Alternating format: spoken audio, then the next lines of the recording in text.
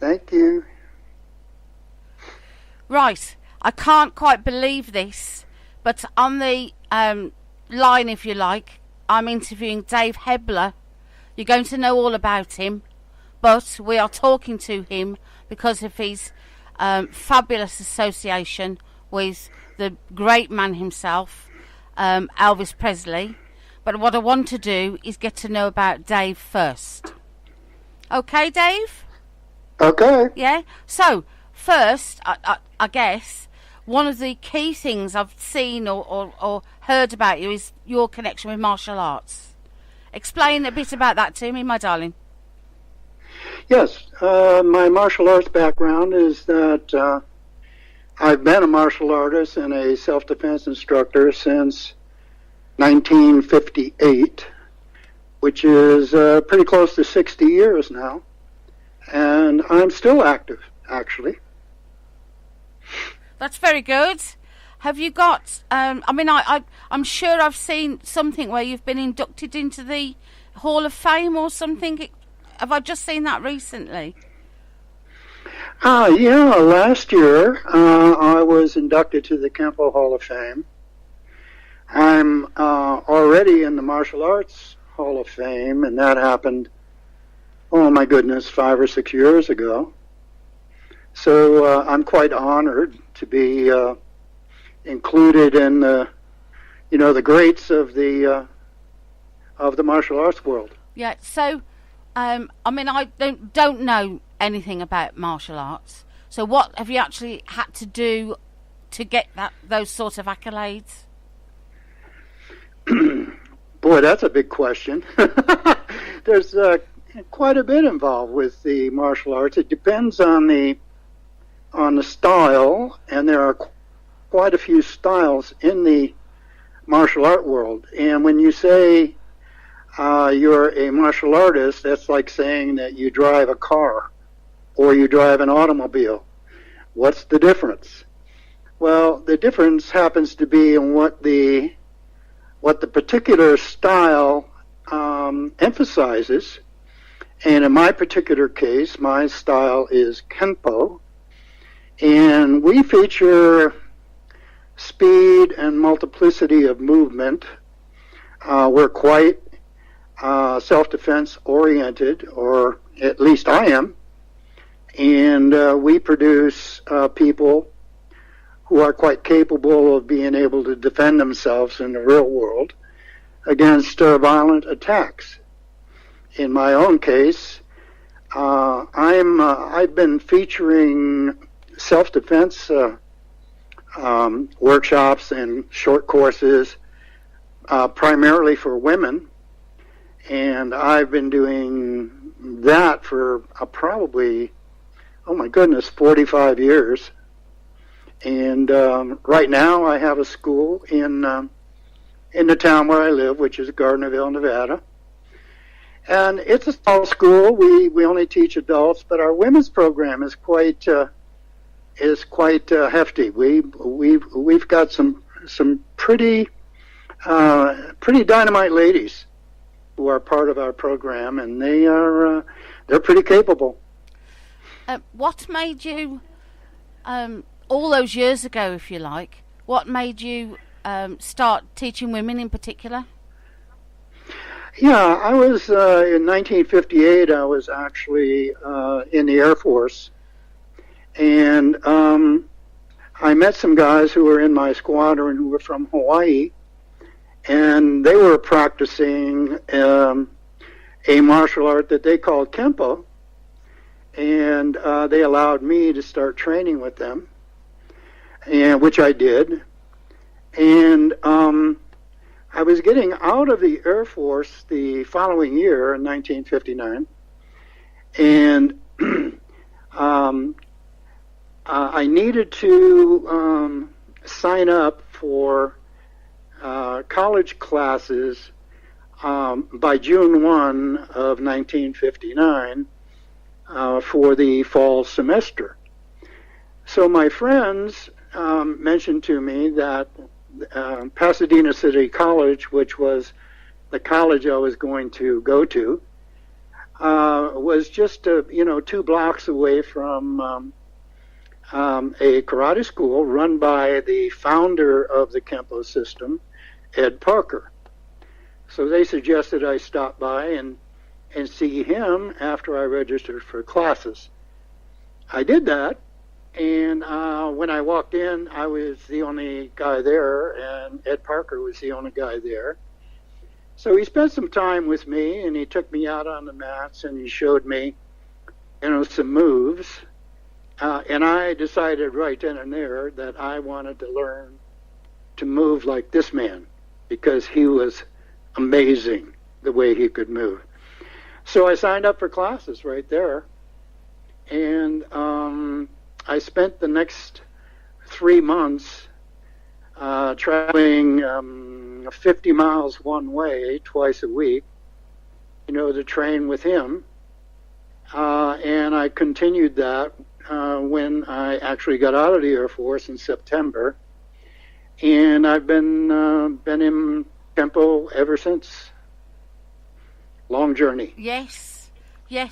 Have you? I suppose it's involved progressing from then to teaching classes, schools, that sort of thing. I mean, how big has it become, or at its height? How big was it? How big is Kempo? Is that what you're asking? What I mean is your classes, or have you had a class, or have you opened various schools? Do you know what I mean? Has it gone across the country? I actually have an association of schools. Right. And I have like 6 member schools in the States. I have a brand new a member from the UK, and I have 6 members from Argentina. Ah. Yeah, which is kind of interesting, you know. Yes, quite international then. Yeah, but it's primarily United States. I do very, very few trips that are martial arts oriented, outside of the country. Most of my trips out of the country have been Elvis related. Right. Yes, yeah. We're obviously going to get to him. So martial arts. I said we're obviously going to get to him. But so the martial arts. How did that then lead to Elvis? Well, I can tell you how I met him, and it was a result of the martial arts. Fantastic. Okay, quick story. Yeah. I was sitting in my karate school in Glendora, California, in 1972, and I received a call from one of my black belt friends informing me that they were going to get together for a workout that next Friday, and invited me to join them for the workout. Now, this was in LA where they were, and that was about 50 miles from where I was. But in any event, I hadn't seen these guys in quite a while.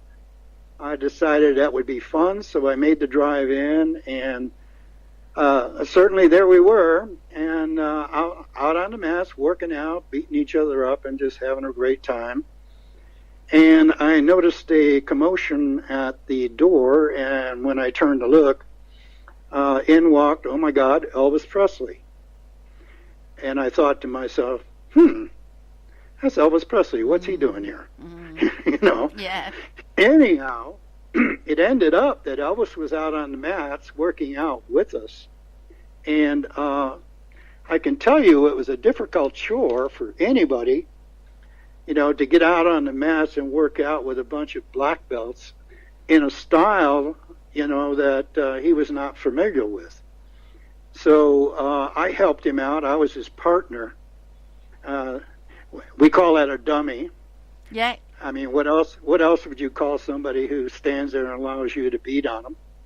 But in any event, we had a great time. I guess Elvis really enjoyed, beating on me. So 2 days later, he came out to my school in Glendora. And as a point of interest, one of the most famous pictures of him is wearing a turban. And that picture was taken at my school at that particular I've time seen that. when Elvis showed up. Yes, Yeah. I've seen that picture, yes. Anyhow, he immediately presented me with a TCB necklace, which is, as you probably know, the necklace that he presented to all of his inner circle. And he invited me to become, part of his group, part of the Memphis Mafia, as we were called. And I had just recently gotten divorced, and I figured that was a great way to meet women. So Definitely. Yeah. So yes. I said, okay, I'm your guy.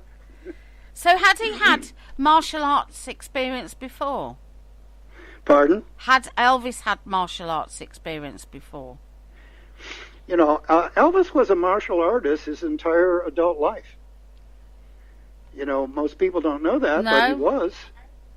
Yeah, and he was a great asset to the martial art world and to the Kempo world in particular. His endorsement and his support, was a huge factor. That was a really, really good thing. The only problem is that Elvis never had, the opportunity to train like, a normal person like me got to train. I mean, everywhere Elvis went, it was a mob scene.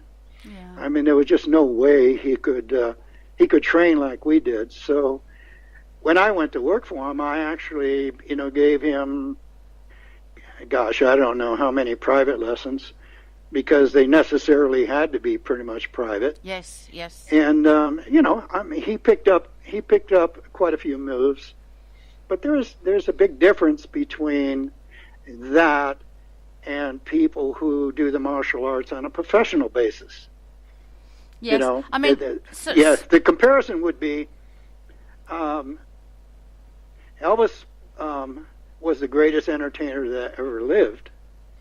He was not the greatest martial artist that ever lived. In my case, I was a pretty good martial artist, and I really stunk as an entertainer. Yes. I had no talent whatsoever. Your skills complemented each other. Pardon me? I said your skills complemented each other. Yeah, they really did. We got really close there for quite a while. Yeah.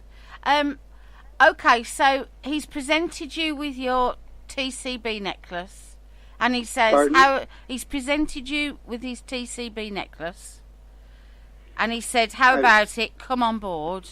So what happened next? What happened next is that I was with him off and on for about 2 years, and then I went to work full time for him in 1974. And what did that involve? Pardon? What did that involve? As in, did you have to move in? That sort of thing. Was it 24 hours a day? Oh, yeah. Yeah, everywhere he went, I went. And pretty much everything he did, I did. So, I mean, that was the nature of the job. Yeah. I was his personal bodyguard, one of 4 at the time. And our individual responsibility was his safety, no matter where he went or what he chose to do. Yeah. And that sometimes that required long hours, because he did most of his stuff at night, Yes. And we had to be there, of course, and we were. But then again, there was a lot of things that we had to do during the daytime when he was sleeping. So it was kind of an interesting experience, if you will. Yep. All the way down. Yeah. So did you live at Graceland? Pardon me? Did you live at Graceland?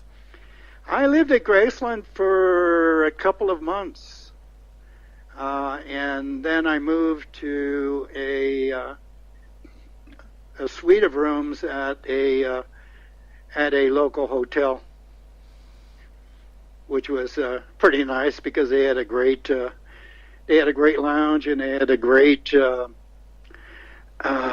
my goodness, restaurant in the hotel. So that was quite convenient and handy for me. And it was just a short drive, from there to Graceland. So yeah, you've said the bodyguarding bit. What sort of things? You're really fading. You're really fading away on me. You said bodyguarding. What sort of things did you have to do? Mainly, I had to, protect him from people like you. Yeah, you actually. The crazy ladies. Yeah, I'm very shy, so I wouldn't have advanced. But I can imagine that there was. I mean, there was a lot of that. Yeah, I do quite a few Elvis appearances, if you will, where I tell Elvis stories and I interact with the audience, and I answer questions out of the audience. And for me, there's no subject that's off limits. I'll talk about anything that I actually know. On those kind of questions that require speculation, I try to make it clear that, I don't know from firsthand knowledge, but I knew it from secondary knowledge. So I try to be quite clear on what I do know for a fact and what I don't know as a fact. Because the questions can get really, really interesting. From women, you mean? Pardon? From women. Yeah, the crazy ladies. You're crazy. I know, right? Yes. Oh, yeah, you are. Of course. My mother was crazy. My daughters are crazy. I mean, women are crazy to start with. Yes. I understand. No, I do. I understand. So, okay. I love you guys, though. Yeah. So originally you thought, right, I'm with Elvis. Did you manage to get women, for instance?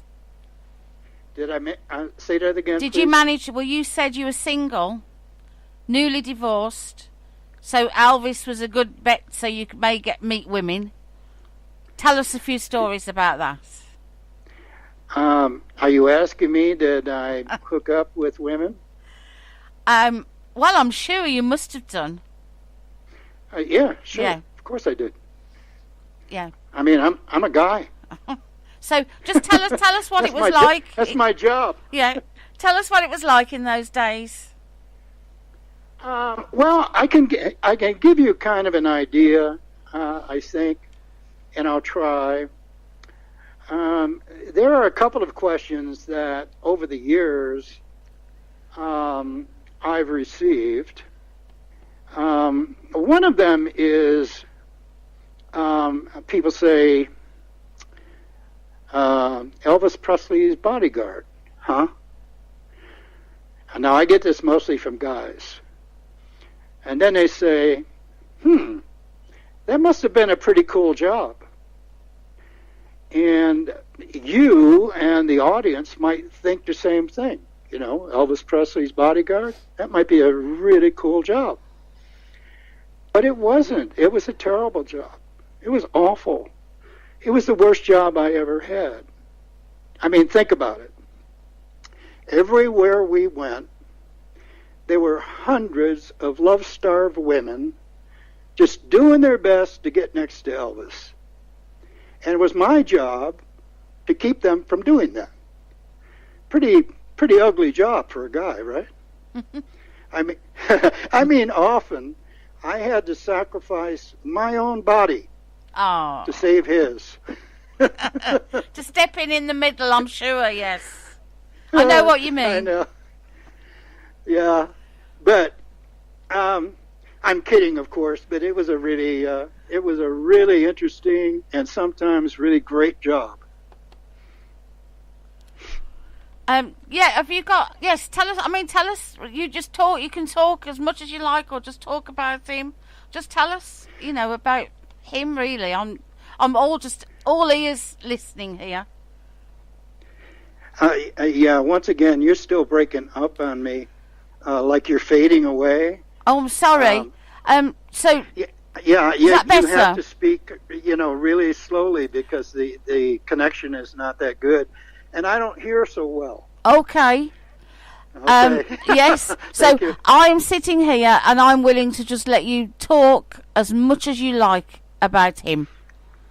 So feel free. Any funny stories about how generous he was, anything you want to talk about.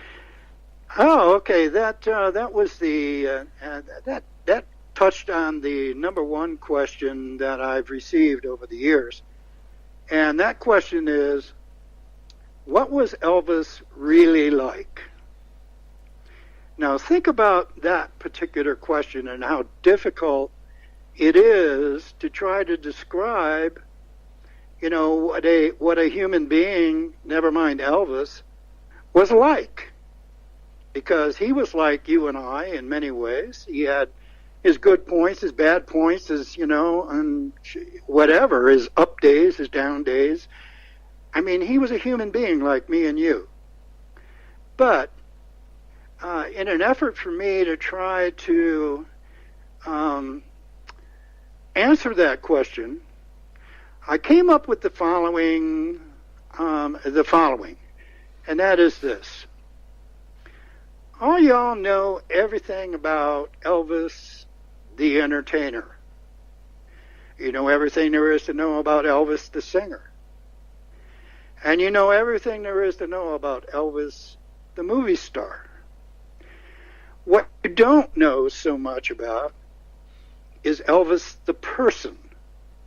And the reason why you don't know a whole lot about that is because you weren't there. And because you weren't there, everything that you believe you know about Elvis is hearsay. It's secondhand information, some of which is true, some of which is not true.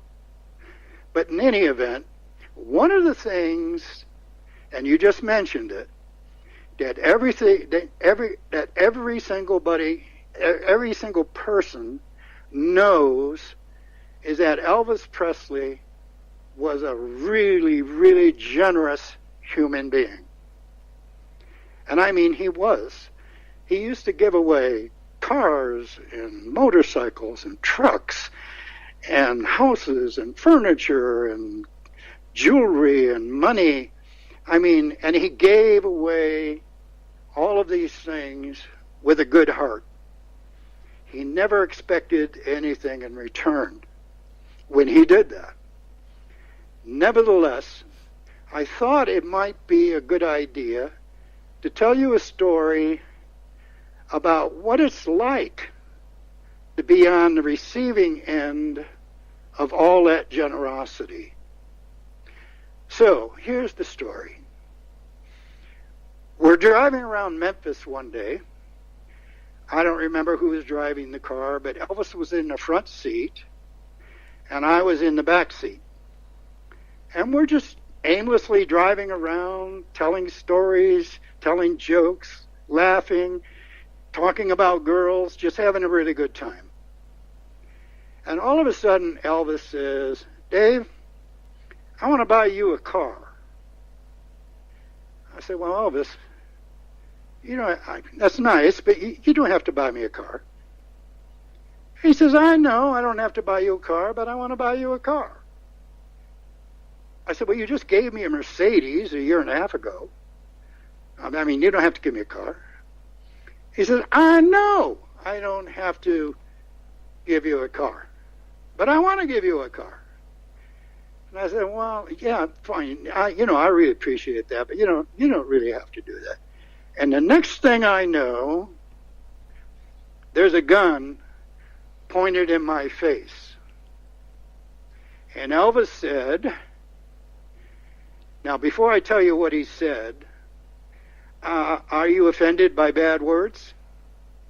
No, I think we're okay. I think we're okay. Do you want to hear what he actually said? Yes. Okay, he pointed a gun at me and he said, "You're going to take this fucking car or I'm going to blow your fucking head off." And I went, "Whoa, okay, I'll take the car, Elvis. I didn't know you were that serious." Right? And I took the car. Yep. I drove that car for 20 years and put 250,000 miles on it. It was a great car. But in any event, a couple of months later, Elvis and I were sitting in his bedroom and, once again, just telling stories and, whatever. And I asked Elvis, "Elvis, have you got any idea of how many vehicles you have bought and given away in the last 2 years?" And he said, "No, and I don't care." He says, "Wait a minute, I want to show you something." So he goes away and he comes back in and he hands me a check made out to him in the amount of $100,000.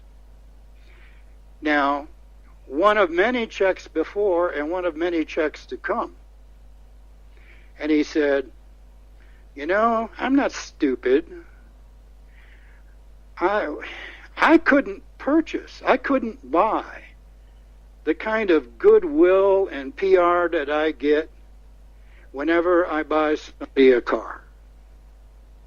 Number two, it seems like every time I do something good like that, I get paid back 10 times over, like that check you're holding. And lastly, it makes me feel good to make people happy." And that's what Elvis Presley was like.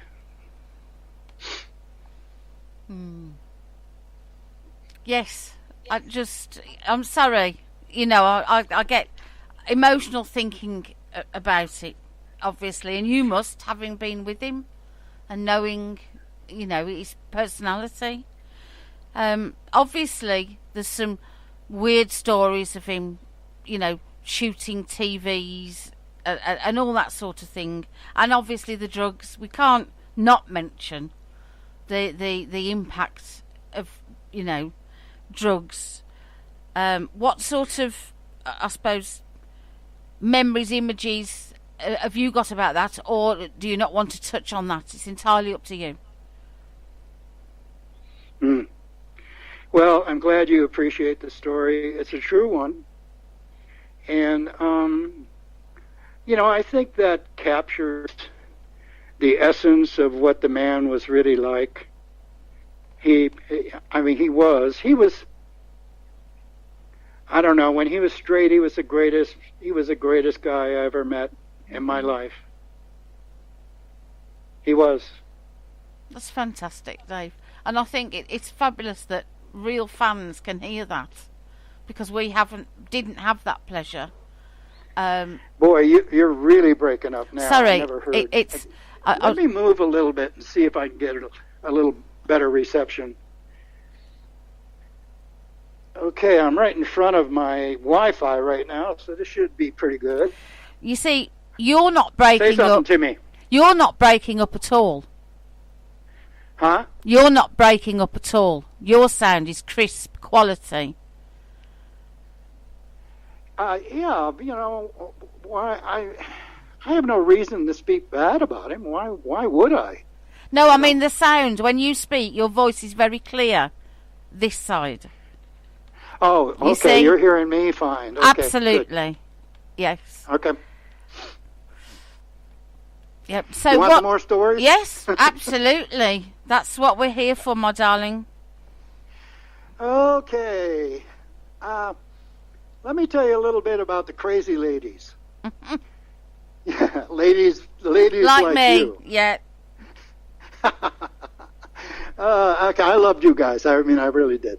Anyhow, when we went on tour, every city that we stopped in, we usually hired local police officers, to assist us with the security part.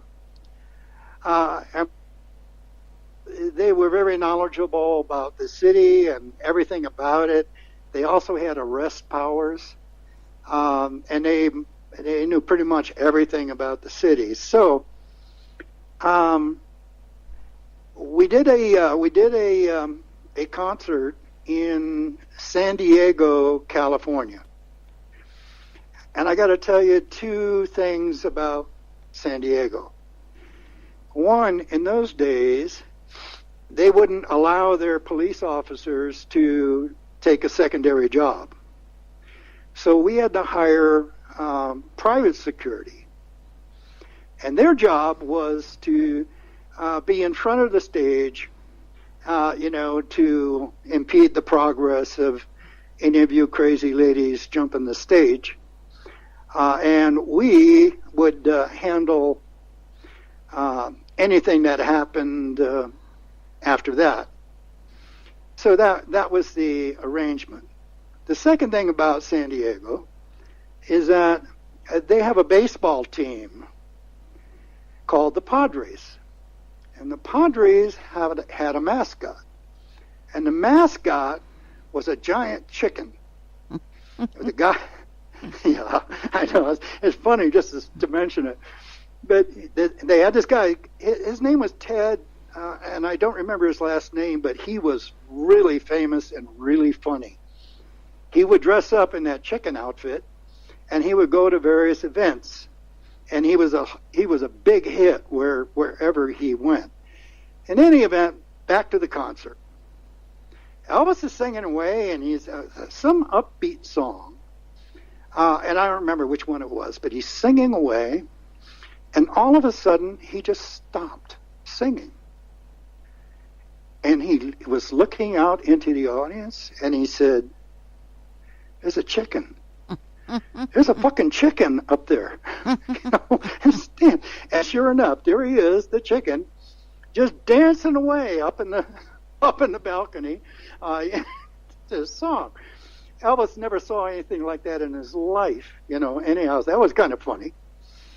So that went away. Elvis is continuing on with the concert and is singing, whatever. And I noticed this girl jump up and take off towards the stage. And this private security guy just jumped out in front of her, spreading his arms and spreading his legs, trying to stop her. So she stopped for a second and then wound up and kicked this guy in the groin and just doubled him up and laid him on the floor. Now, I'm immediately in love. That's my kind of girl right yes, there. Yes, yes. So anyhow, she made it to the stage, and I actually helped her up so she could go get a scarf. I thought she earned it.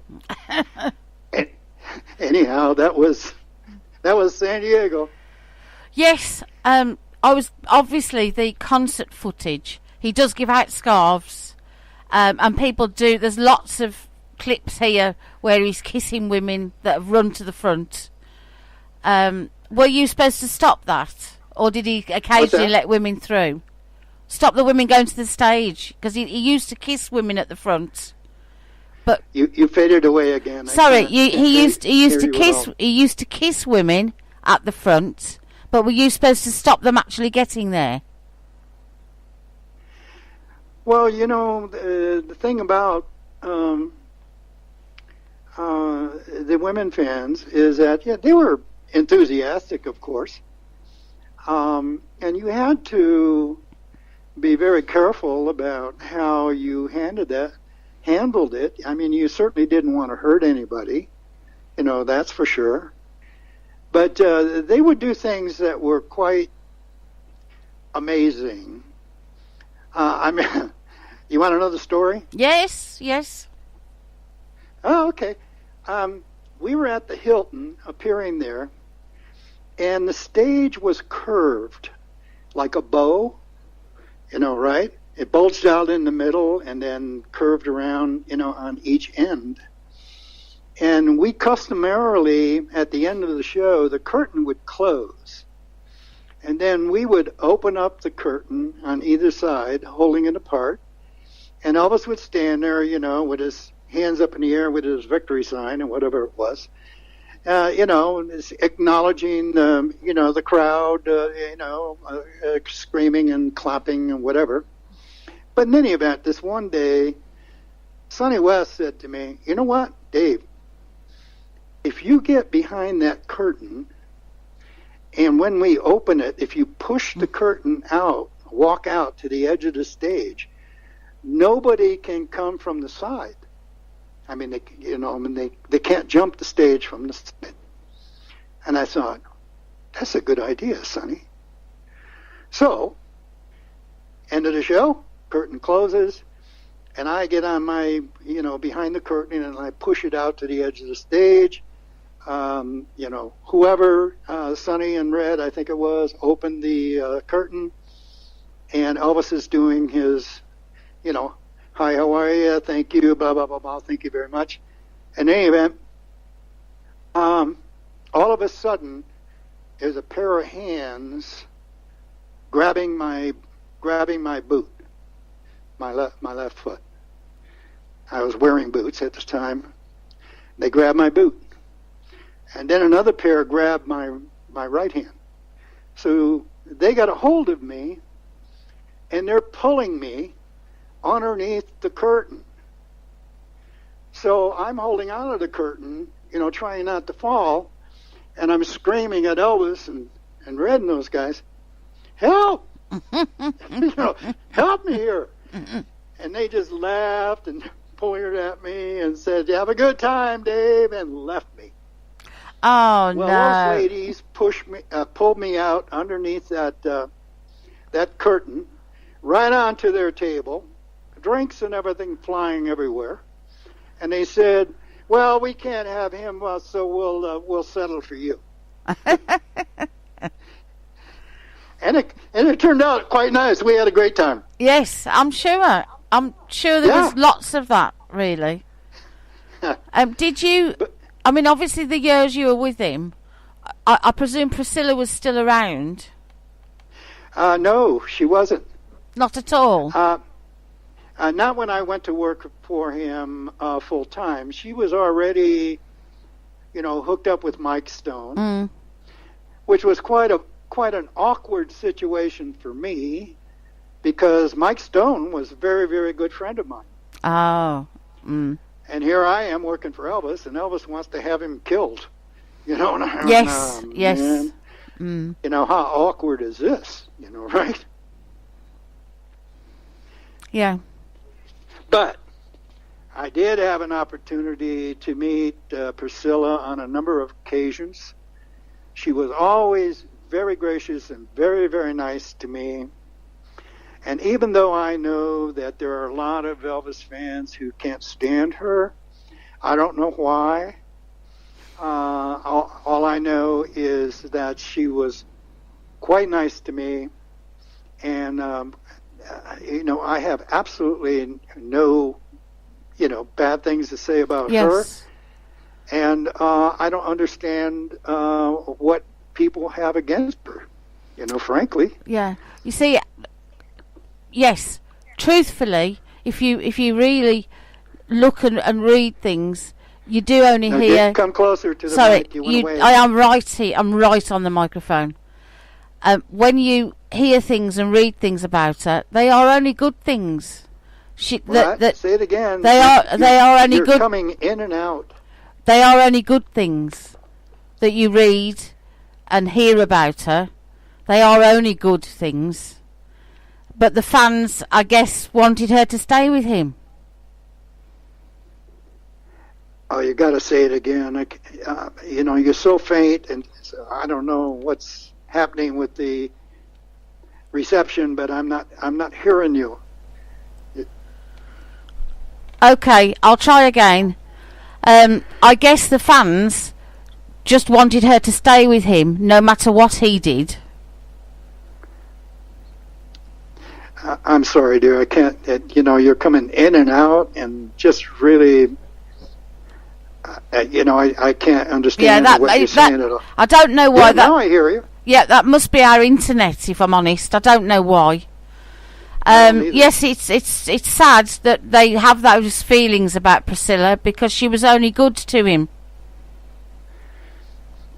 Yeah, if you're asking me about, good feelings, yeah, I did have good feelings. I didn't have bad feelings for her at all.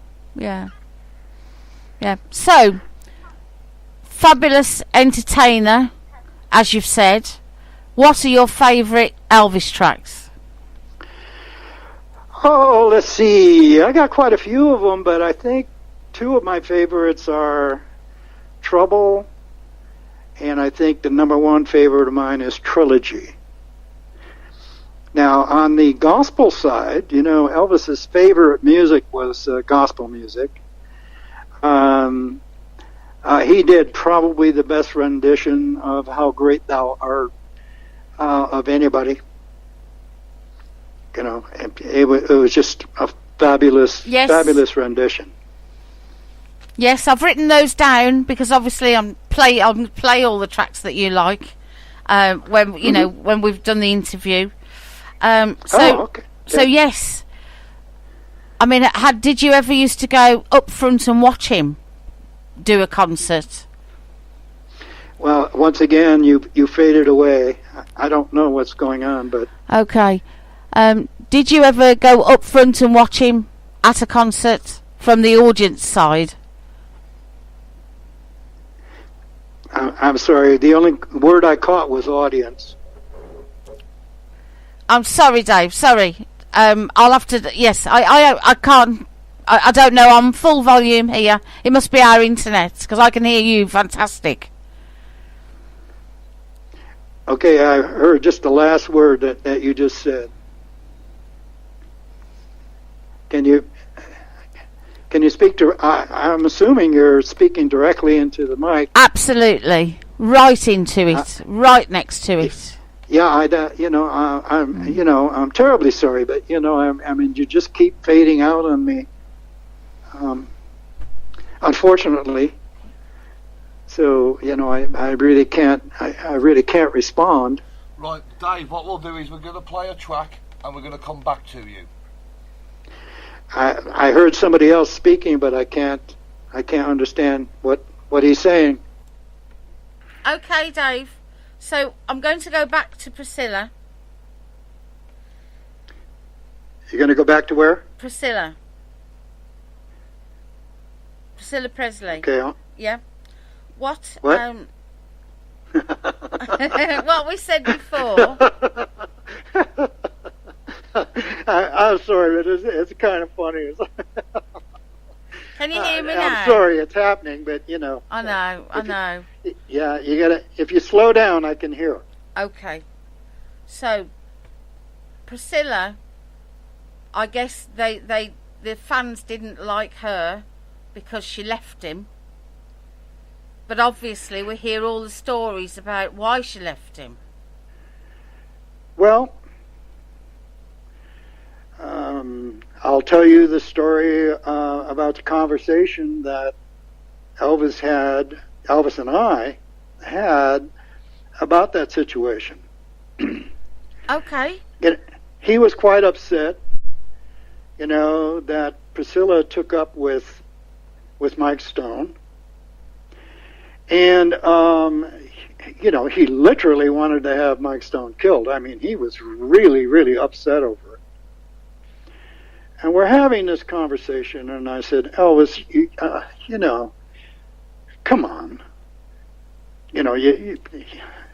I understand that you feel like you've been betrayed, but stop for a minute and understand the kind of position that Priscilla was in. Here you are, Elvis, and you're jumping every female on the face of the planet. You think your wife doesn't know that? You think your wife doesn't resent that? There isn't a woman in the world who will tolerate that behavior from her husband, or at least she won't tolerate it for long. I mean, you're the guilty party, not her. And the fact that she hooked up with a $300 a week martial arts instructor, kind of, grinds on you a little bit, what did you expect her to do? So, think about it and think about your part, in this whole dreary mess. Yes. Because you're the one that's guilty. Yes. So anyhow, yes. he said,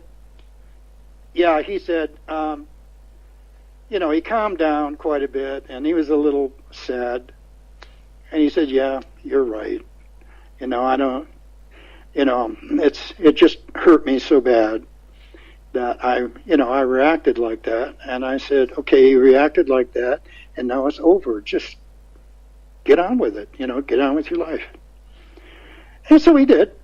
I don't know whether it was anything I said or not, but, he finally came to the realization that he was not the innocent, in this whole thing. Yes. Yeah. I will always remember pictures. Yeah, would you tolerate that kind of no behavior from your husband? Well, no. Great though he may be, I wouldn't want to share. Yeah. But I remember pictures of them, arm in arm, holding hands, coming out of the divorce court. Still friends, obviously, and close. But I guess for her, it had to be done. Yeah, I don't understand why, the fans are really angry with her. And there are a lot of them who are angry with me, to be perfectly honest with you. Yes. Tell us about that. Tell us, about obviously what happened after we lost him.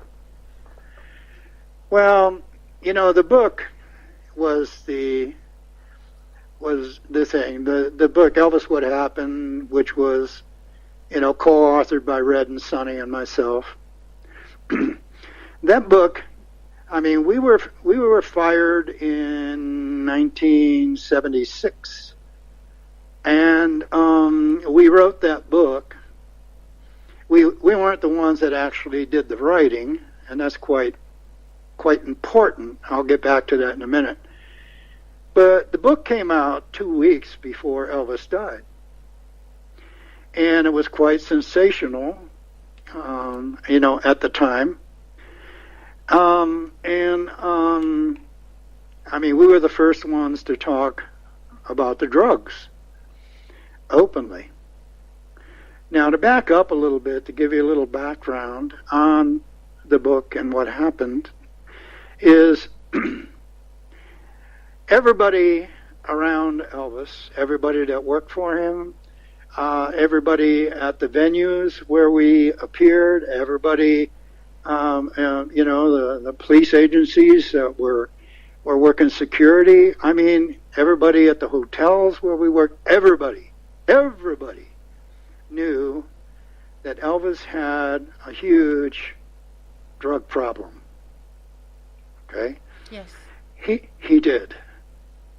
And there were three of us, of all the people, who stood up and said no. And we even set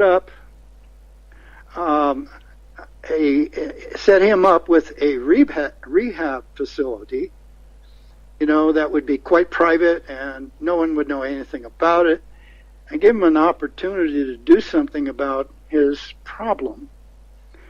And he rejected that out of a hand. As a matter of fact, he was totally angry about the whole thing. Really angry. So we got fired.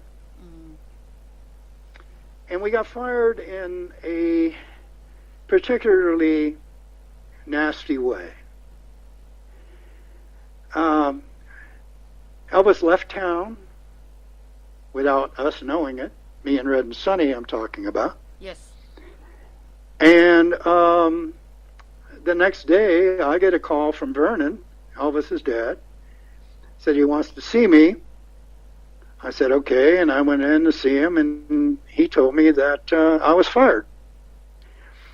And said, the reason is that we had, we need to reduce the overhead. Money was the issue. And which I thought was quite odd afterwards, because if that were the problem, why did he hire 3 other people, to replace us? But true. Nevertheless, so my reasons, and I will give you my reasons, why I agreed to do the book. The first one was that I was pissed off about the way in which I was fired. I mean, he left town and left it to his dad. He fired us on the spot with no notice and, 2 weeks' pay. I mean, come on, Yeah. So from my point of view, it was, look, you hired me face-to-face, fire me face-to-face. Stand up and fire me face-to-face. And he didn't do it, so I was upset about that. Yeah. The second thing is money. I mean, I was out of a job. I'm 38 years old, an ex-bodyguard with a family to take care of. What am I going to do? Yeah. So, okay, we made some money writing the book. Now, a lot of people have, over the years, said hateful things to me like, yeah, well, here you are you trying to make money off of Elvis? Did you run out of the millions that you made in writing that book? Well, let me set the record straight, and you'll be the first one to know. I made 1.6 cents for every book that was sold. Yes. Less than 2 pennies. Yes. Over the years, I made a total of about $40,000. Yeah. Over a 22-year span that the book was in print. So don't talk to me about $1 million, because Yes. I made nothing comparatively. Yeah.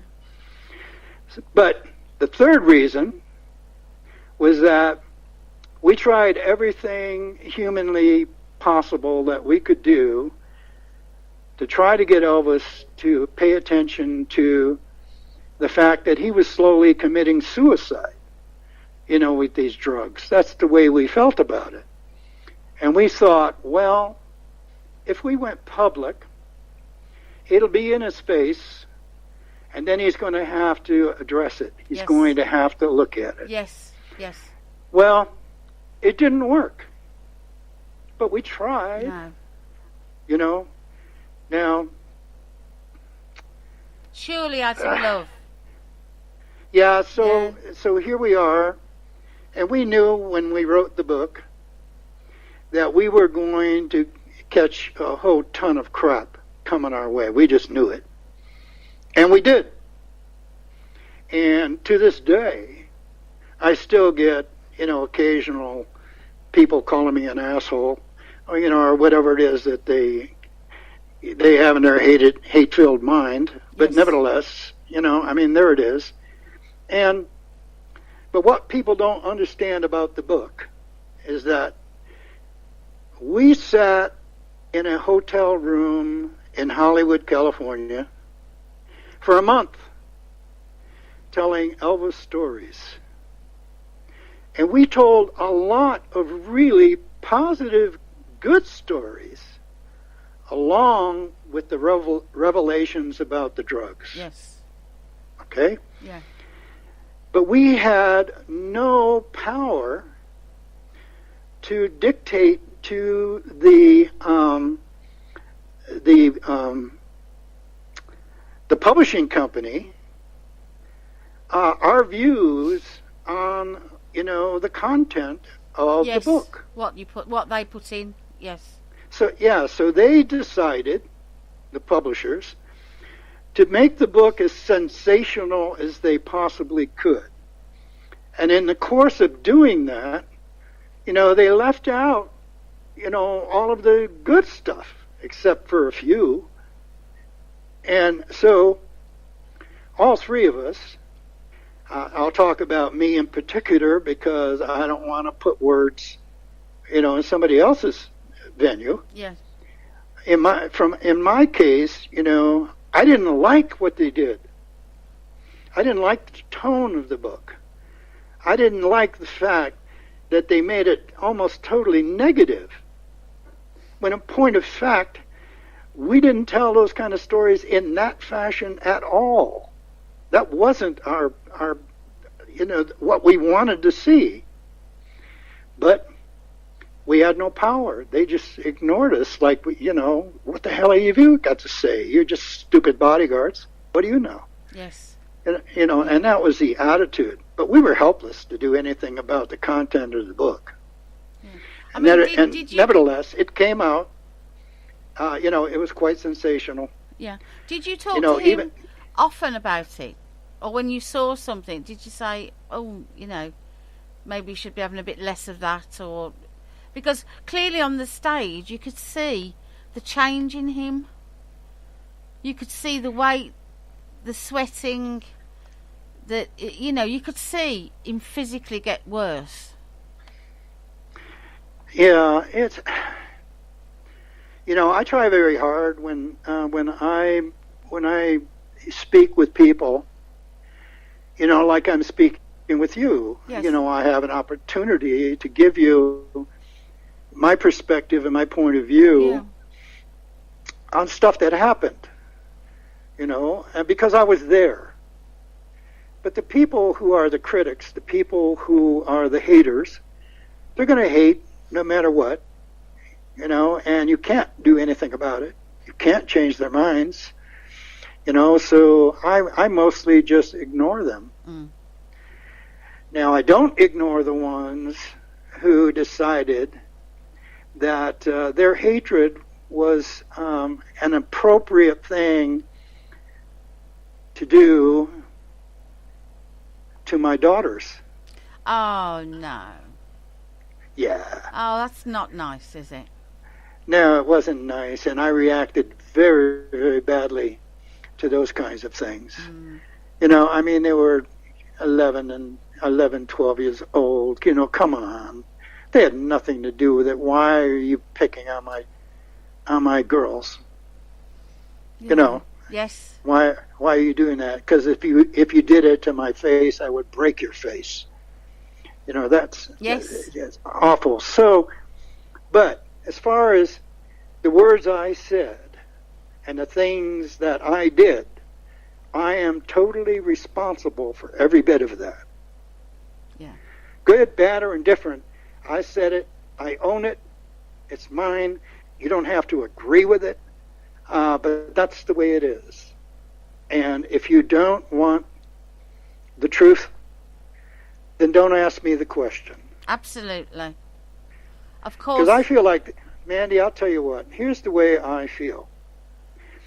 I would rather be slapped in the face with the truth than be kissed on the lips with a lie. Yes. I won't go there. Yeah. And as you may have surmised up to this point in time, I say exactly what's on my mind. Yeah. There's nothing wrong with that. I hope not. No. It's just. I think what people have to understand is this: Elvis Presley was a drug addict. He wasn't a bad guy. He was a victim. He was a good guy. But drugs, oh God, I hate drugs. Yes. Drugs. Yeah. Took a perfectly decent and worthwhile human being, turned him into a caricature of himself, a freaking zombie, and then killed him. Yes. And when Elvis Presley died, the world lost the greatest entertainer who ever lived. For those of us who are fortunate enough to be a part of his inner circle, the Memphis Mafia, as they called us then and now, Yes. we not only lost the greatest entertainer who ever lived, we lost someone that we considered family. Yeah. Yeah. Sorry, I'm getting a bit. Oh. I remember when I heard the news, just terrible. Terrible, terrible. So, and I guess a lot of us wished at the time, and there was a lot of speculation, that it wasn't true, that he was still alive, but that he'd gone somewhere to get better. All of those things. I certainly know as an Elvis fan, we wished that it wasn't true, but he'd gone away to get better, Yeah, the stories about him being alive and all that are just wrong. Yeah. There's no fact about that. It's not wrong. I wish it was true. I know. But it's not. Yeah. Yeah, and obviously since then, the multi-million-dollar industry that is Elvis. You faded away. Sorry, the multi-million-dollar industry that is Elvis. Since then, reputedly, Priscilla, he left the controlling rights to Priscilla. Yeah, I don't know of my own knowledge of what happened after Elvis died, because I wasn't there. Yes. I hear the same kind of stories that you hear. Yeah. And I don't know the facts of the matter, so I usually try not to comment on things that I don't know. It's just speculation, and my speculation might be a little bit more accurate than other folks' speculation, but it's still speculation. Yeah. So I don't know. I know there are a lot of fans who are angry at the estate, by the way that they're handling things. They're charging now to for fans to see the gravesite. Oh, are they? That's what I heard. I don't know if that's true. Yeah, no, yes, I did see a news. That's very recently, isn't it? That's been flashed up that they're now going to charge for them to go and look at. Yes, I have seen that myself. Yeah. It's, and I don't know, but that's hard for me to swallow. Yes. If that's true, I'm going, oh, my goodness, is it all about the money? Yes, it's it's very sad, and obviously there's thousands and upon thousands of Elvis tribute artists. Do you ever look at those? I just did a concert a couple of weeks ago in Las Vegas with a number of the Elvis tribute artists, and I did it in along with Mindy Miller. Mindy was Elvis's girlfriend for a while back in the day, and her and I were on stage at that particular event. Doing what I'm doing with you now, answering questions, and meeting with the people and having mingling and having a good time. But the ETAs, it was kind of interesting because Mindy said to me, we were going in to watch the show, and she said, I've never heard an ETA before. And I went, what? You've never heard one? And she said, no, I never have. And I said, you are going to be astounded at how good these guys actually are. Yes. They are literally stars in their own right, and wait till you see them perform. You will just not believe how professional and how good they actually are. And boy, sure enough, the first one came out, I don't remember the order, but the first one came out, and he did his thing, and he was about halfway through with his presentation. And Mindy just turned around to me and she said, "Oh my God, Yes. you know, that's incredible." You know, Yes. and I said, "Yeah, wait till you see Dwight." You know, right? Yes. We had. Anyhow, there was one Go guy on. there, one ETA, and he was from London, and I can't remember his name. It's for some reason, but he and I had a chat, after the show backstage, and it was, quite nice talking. He did like the amazing job, just amazing. I was so impressed with how good he was, right? And he asked me for my card. He says, "I'm going to be back in England, next week, and maybe we can get you to come on over from one of the concerts." And I went, "Hell yeah, Yes. I'm ready. Yes. Yeah, bring me over. I'd love to do that. I like England. I've had some really good experiences there. Yes. Good people, Yes. fun times. Y'all speak funny, but other than that."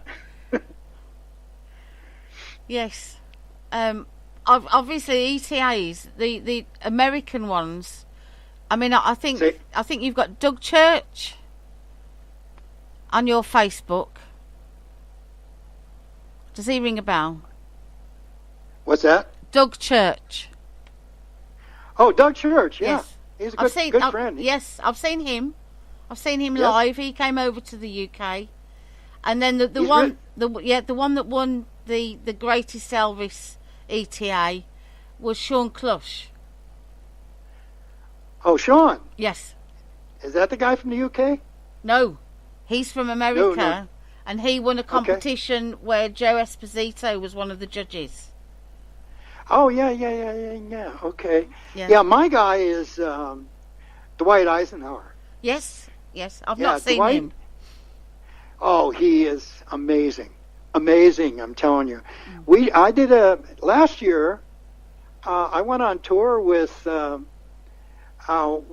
Dwight and the band, and we did. Oh my goodness, Finland, Sweden, and Holland, or the Netherlands, and about 16 shows all together, and it was a blast. I mean, a blast. Every show we did, I think the smallest venue was about 400, Yes. and the largest was about 1,000, and we sold out every one.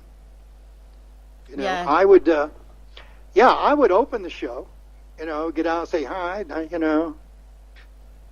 I'm who I am, and tell them the story of the car, which they liked, and then my part really was over with, and the band would come on, and they'd be rocking, for the next hour and a half, but at the end of the show, we would meet and greet, with the fans. Me and Dwight and Bob the drummer and Carl the guitar player and a few other the guys. We all come down and mingle with the folks, and it was that was a lot of fun because we would sell them DVDs and sign pictures Yes. and do all that kind of Yes. stuff. It was we just had the greatest time. Yeah. I mean, Yeah, there's ETAs everywhere. There's clubs everywhere. There's still fan clubs that Yeah. meet, every month, and just all sorts of things. I go away for a weekend with an Elvis, tribute artist who's my favourite from over here. I mean, it is just phenomenal.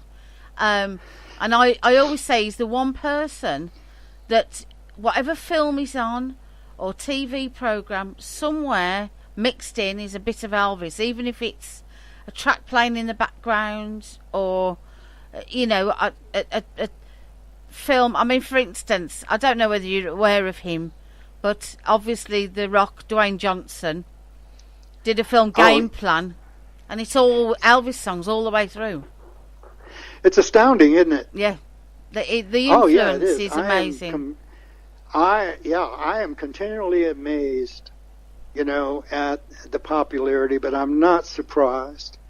I actually had a conversation with Elvis about that one time.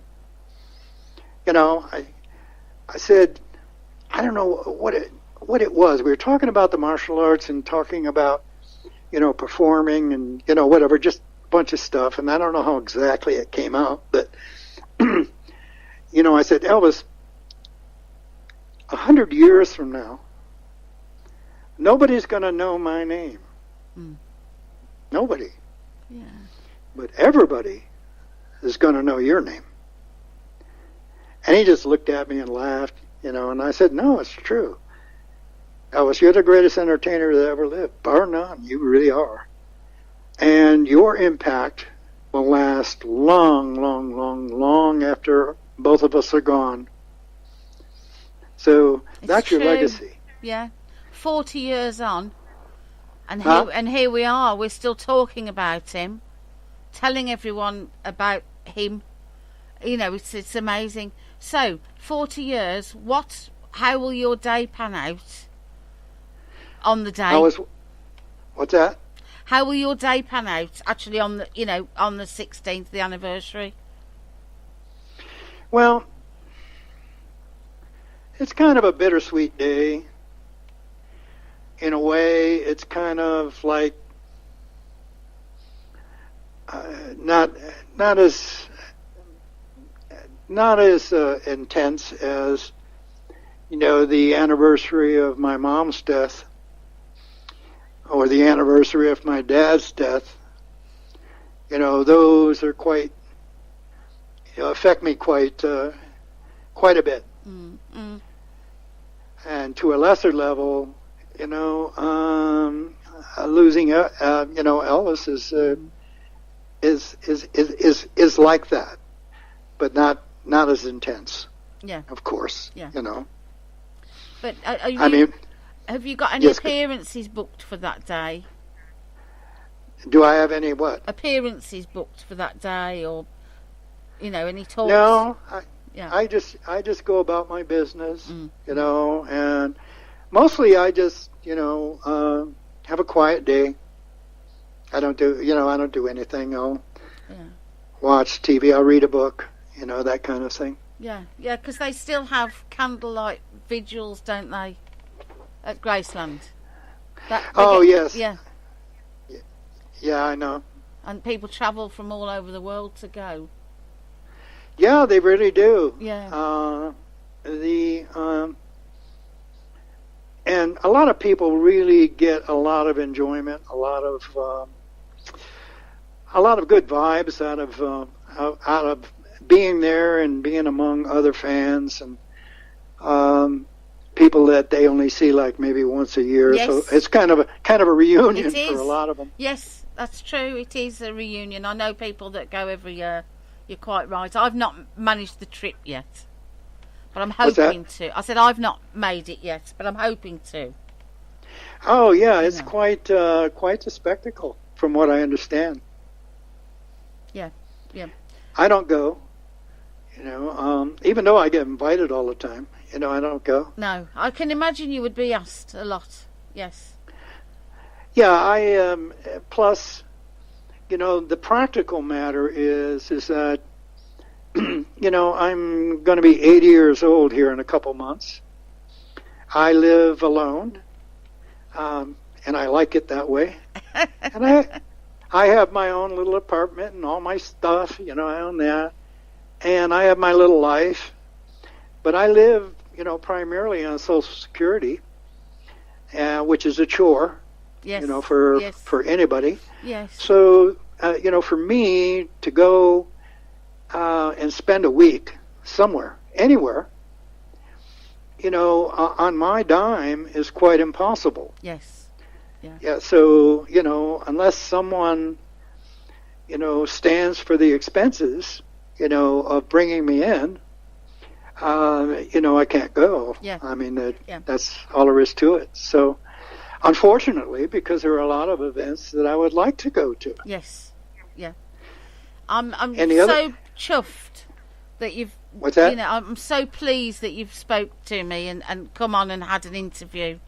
I'm hoping it may generate an interest in people You're speaking fading. to you. You're fading away again. I'm so glad that you've come and spoken to me. I'm hoping it'll generate an interest for you in other people getting in touch with you, and maybe offers will come and you might think, oh yes, that sounds good. But it's just been fabulous speaking to you, Dave, honestly.